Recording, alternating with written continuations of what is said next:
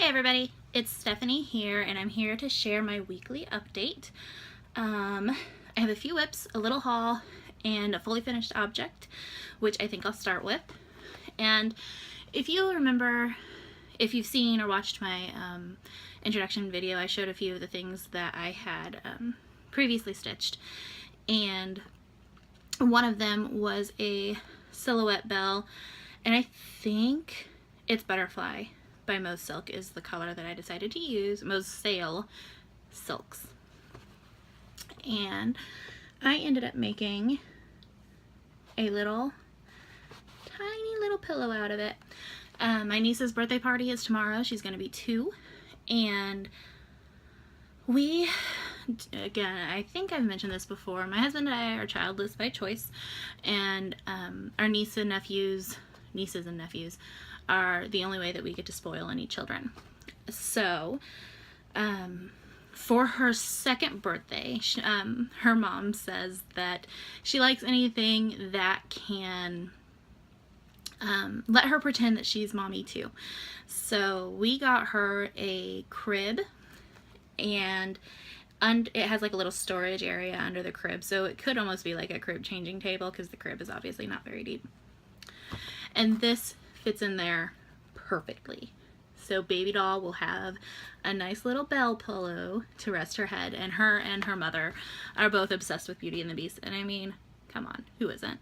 So that is going to go to its new owner tomorrow, and I really love those Disney silhouette princesses because all you have to worry about is getting the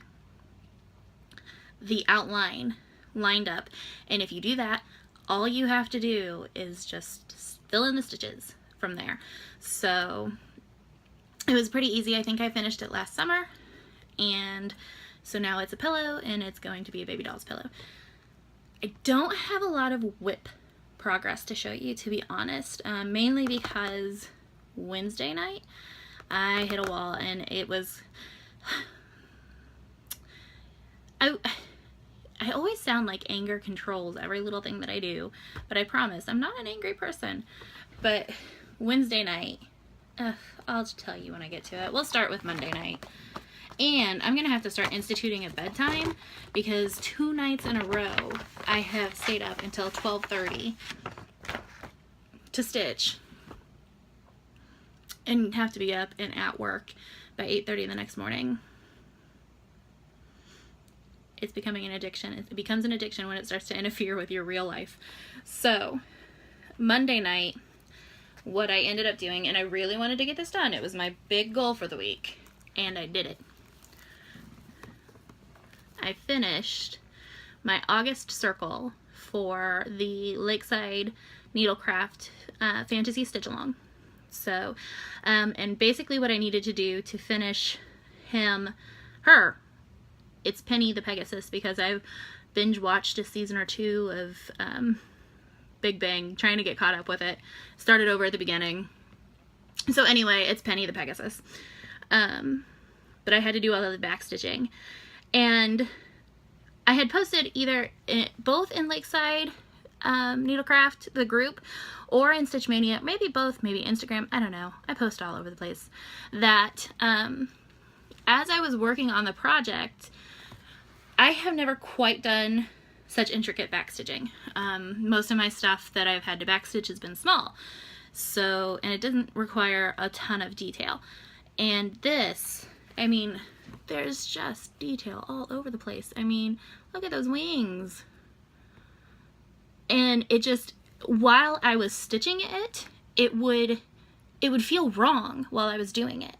And I don't know why, and I don't know, I mean, I know what it looks like. I've seen many other people's Pegasus, because I think that the Stitch Along is now to like 500 participants. So I knew that it was obviously going to be right, but it just felt wrong while I was doing it. But when I would step back and look at the whole picture, then it would look all right. So, and then also I stitched the September circle so that when I go to pick this up, probably August 29th. It's a Monday, and that's typically when I do my rotation. The September circle will already be done because September 1st is that Thursday. And then I think what I'm going to do is finish the circles so that all the circles are lined up, and then maybe do the inner border of blue, and then if I have any time between getting all the circles done and doing the border, which I don't think I will, just because I have a tendency to be a slow stitcher, I will work on the outer border, or well, the stuff that goes in between the two borders is what I'll work on. I'm super paranoid that something is going to be off. Oh, and you'll understand why shortly. Because my next whip is the Frosted Pumpkin Stitcheries Woodland Creature Sampler. And this one's still on the queue snap. And I haven't picked it up since Wednesday because I'm mad at it. And really, it's my fault. It's not the pattern's fault. It's my fault. See that little space? I don't know if you guys up here. I don't know if you can tell. Maybe with that behind it.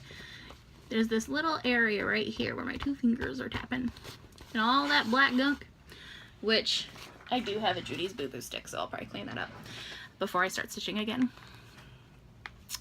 The last time I showed this to you, the skunk was partially done.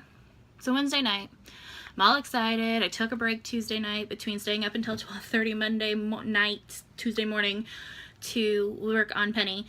I took a break Tuesday night. Wednesday night came home and I'm like, yes, stitching time.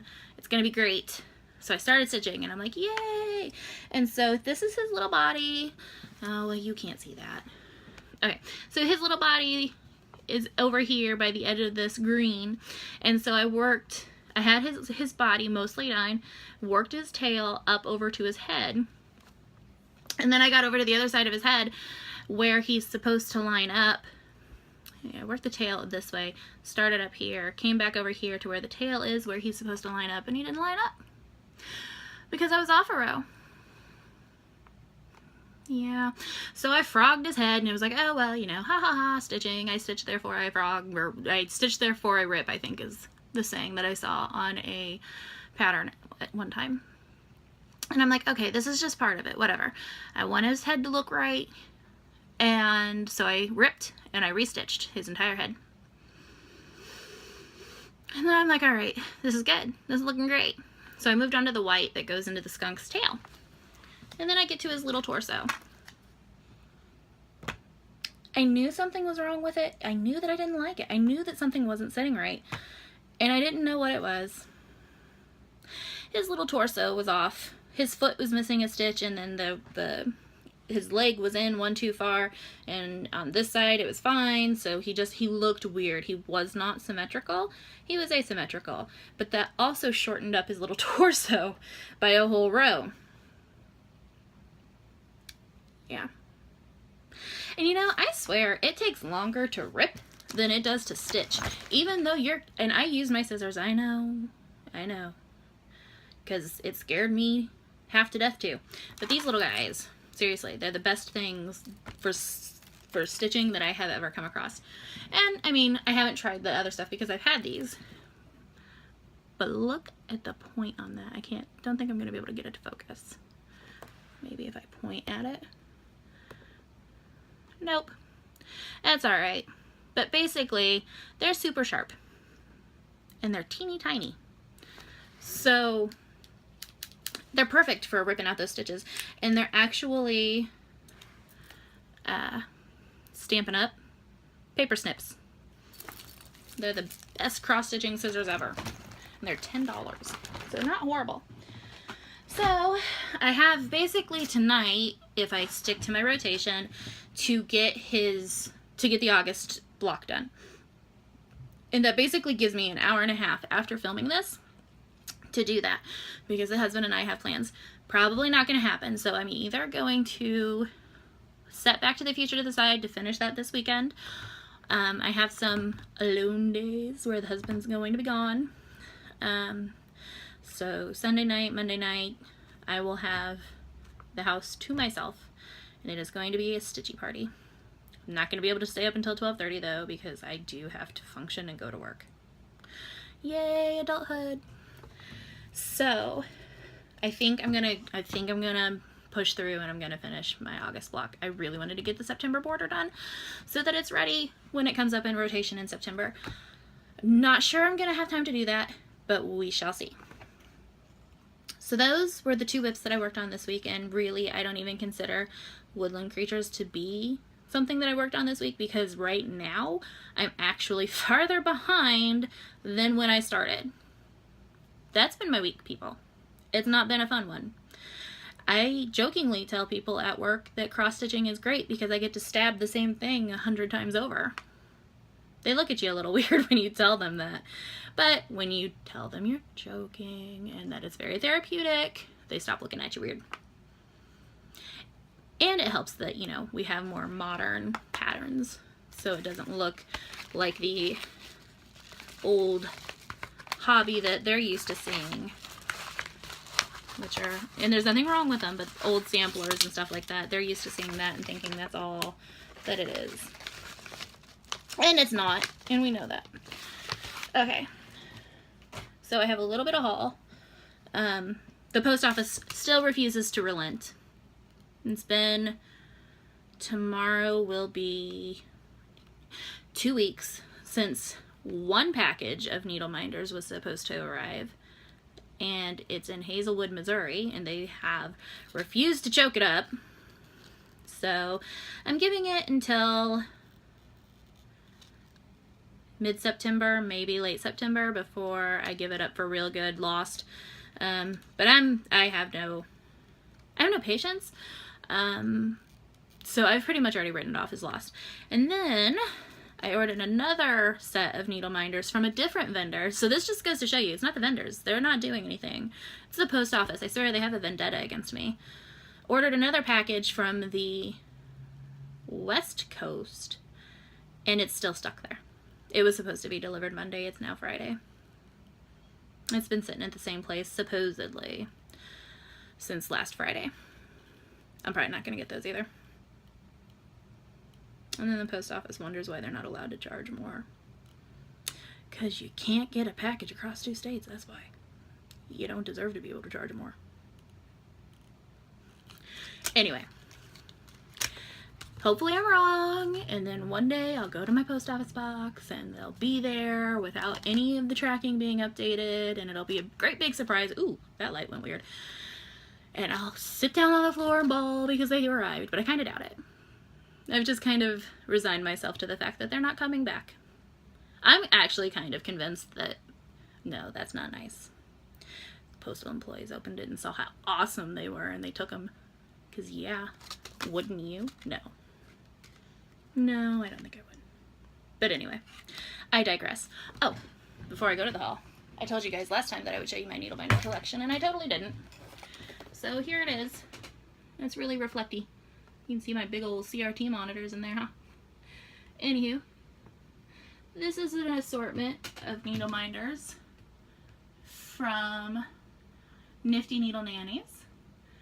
And I can't remember where this one came from, but it was somewhere off of Etsy. And I don't know if you can see it, but it says on the bottom, X-Stitch. So cross-stitch. And then some of them are from Gina's Unique Boutique. And those are the 3 places that I have needle minders for to date. Hopefully the post office relinquishes the rest of them. We've already been down that road. We're not going to do it again. Okay, so I decided to, I don't know if I started the thread or if somebody else started the thread on Stitch Mania, but we were talking about needle preferences, and I ordered 2 packages of the Peacemakers size 26 needles, tapestry needles. These were, it was really between 3, and I now have all 3, and that was the Peacemakers and the Bowens and the John James Petites. The John James Petites are actually what I started with, gold plated, because I think one issue of the cross stitcher, one of the little gifts was a egg case. I mean, it literally looks like an egg and it opens from the top. of John James needles. Before that, the only thing that I knew were DMZ. So, I have a bunch of John James Petites to work through. I have some Bowen needles, and so far they're my favorite, but this was another contender, the Peacemakers. So I decided to give them a shot as well. And because you need to validate the shipping for 2 things of needles, because nobody in my area carries them, I ordered from 123 Stitch. I went ahead and got the Christmas rules, and it is follow law as you decorate, and then honor traditions. And then it comes with the buttons that you need. So it's a double flip, not just a regular flip. Anyway, so I have the first couple of these, and pretty much whenever I have a small order, I add something to it to validate the shipping, whether it be like an Owlet beading kit or the Christmas rules.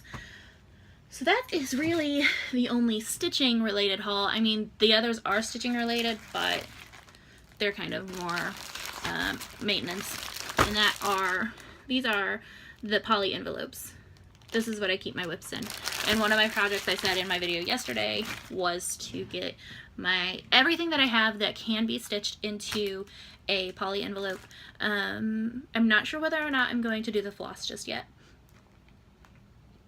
So I ordered 3 packs because I feel like I want to have all my whips ready to go at any point in time. So the beads I don't think I will keep with the poly envelopes, just because I have the big old like suitcase bead storage thing, and I don't think I'm going to keep those out.